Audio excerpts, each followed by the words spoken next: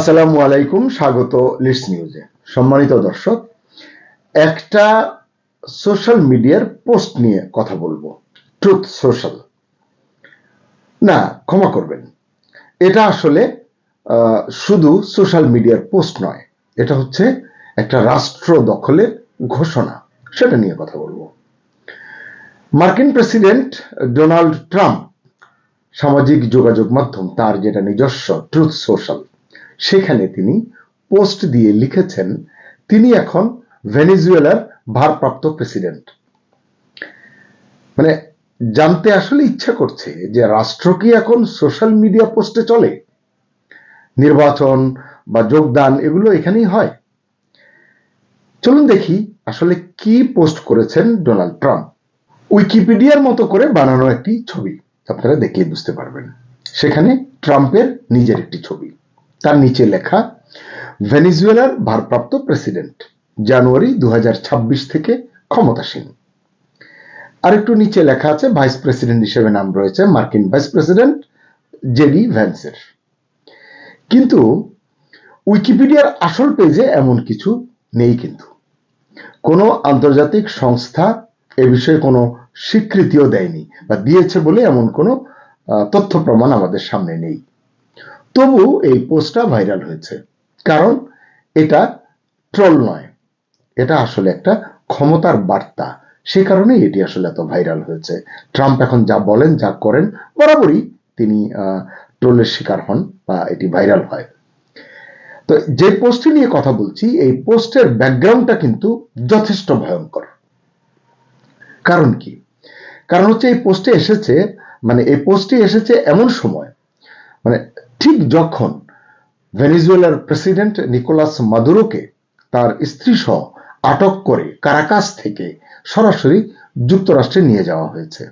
এটি তো পুরনো ঘটনা, আমরা জানি, বেশ কয়েকদিন আগের ঘটনা। কিন্তু মাদুরোর যে কথা জানা গেছে এখন পর্যন্ত, মাদুরো বলছেন এটা অপহরণ। এছাড়া আন্তর্জাতিক রাজনীতির প্রেক্ষাপটে চীন বলুন, রাশিয়া বলুন, স্পেন, কলম্বিয়া, এরা সবাই বলছে এটা আন্তর্জাতিক আইনের স্পষ্ট লঙ্ঘন। কিন্তু কে শোনে কার কথা? এসবে কোনো পাত্তা না দিয়ে ডোনাল্ড ট্রাম্প ঘোষণা দিয়েছেন ভেনেজুয়েলাকে অস্থায়ীভাবে পরিচালনা করবে যুক্তরাষ্ট্র। ভেনেজুয়েলার তেল মাটির নিচে যেটা আছে উৎপাদন করবে মার্কিন কোম্পানি, সেটা বিক্রি হবে বিশ্ববাজারে, এবং সেই টাকাটা, বিক্রিলব্ধ টাকা, এটা নিয়ন্ত্রণ করবে যুক্তরাষ্ট্র। ওয়াশিংটনের হাতে থাকবে এই ক্ষমতা।